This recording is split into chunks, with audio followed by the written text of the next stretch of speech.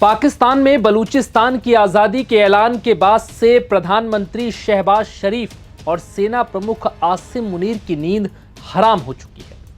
11 अगस्त 2026 को बलूच अलगाववादी नेताओं और कार्यकर्ताओं जैसे मीर यार बलूच ने पाकिस्तान से अलग होकर रिपब्लिक ऑफ बलूचिस्तान के रूप में स्वतंत्र होने की घोषणा कर दी।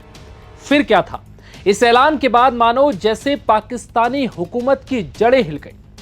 देखते ही देखते प्रांत में सुरक्षा हालात बिगड़ चुके हैं। सूत्रों के हवाले से आई खबरों के मुताबिक पूरे प्रांत में सैन्य अभियान, उग्रवादी हमले, नागरिकों के गायब होने की खबरें और कई जगहों पर जोरदार प्रदर्शन हो रहे हैं। दरअसल बलूचिस्तान के लोग खुद को पाकिस्तान का हिस्सा मानने से इनकार करते हैं और लंबे वक्त से खुद को एक अलग वतन मानकर चल रहे हैं, जिसके बाद से पाकिस्तान की सेना इन बलूचिस्तानियों पर आए दिन जुल्म ढा रही है। लेकिन इस बीच आजादी के ऐलान के बाद से पाकिस्तान के हालात बिल्कुल बदल चुके हैं। रिपोर्ट्स के मुताबिक पाकिस्तानी सेना ने अब खुजदार शहर में लॉकडाउन लगा दिया है, जिसके बाद अब बिना जरूरी कामों के बाहर नहीं निकल सकते। पुलिस ने चेतावनी दी है कि जिसने भी इस आदेश का उल्लंघन करने की कोशिश की तो उस पर सख्त कानूनी कार्रवाई की जाएगी। इसके अलावा पाकिस्तानी सेना ने खारान, जहरी, कलात, मूला और जियारत जैसे इलाकों में जमीनी और हवाई अभियान बढ़ा दिए हैं। इस लॉकडाउन के बाद से आम लोगों की जिंदगी पर बड़ा असर पड़ रहा है। बाजार बंद होने और आने जाने की सुविधाएं बंद होने से रोजमर्रा की जिंदगी मानो ठप पड़ चुकी है। पाकिस्तानी सेना का कहना है कि वो संदिग्ध उग्रवादियों को निशाना बना रहे हैं, लेकिन स्थानीय लोगों का आरोप है कि आम नागरिक भी इससे प्रभावित हो रहे हैं।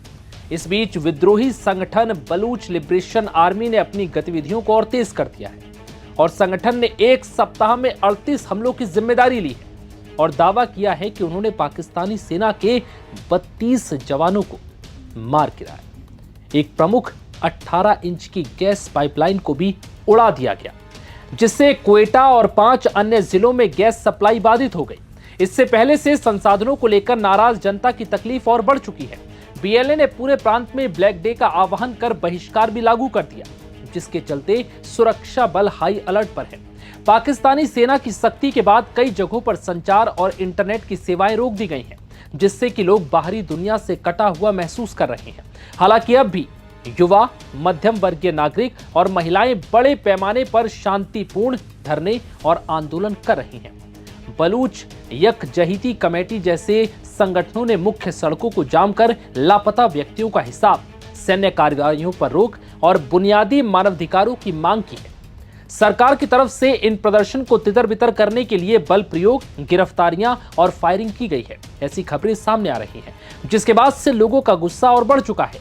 बलूच लोग अब अंतर्राष्ट्रीय समुदाय से अपील कर रहे हैं कि वो यहां हो रहे मानवाधिकार उल्लंघन पर बोले और उन्हें एक देश के तौर पर मान्यता दी। अब देखना होगा कि खुद को पाकिस्तान से अलग कर आजादी के ऐलान के बाद क्या अंतर्राष्ट्रीय स्तर पर बलूचिस्तान को अलग देश का दर्जा मिल पाएगा या अभी इसके लिए उन्हें और संघर्ष करना पड़ेगा। फिलहाल इस वीडियो में इतना ही। इजाजत दीजिए। नमस्कार।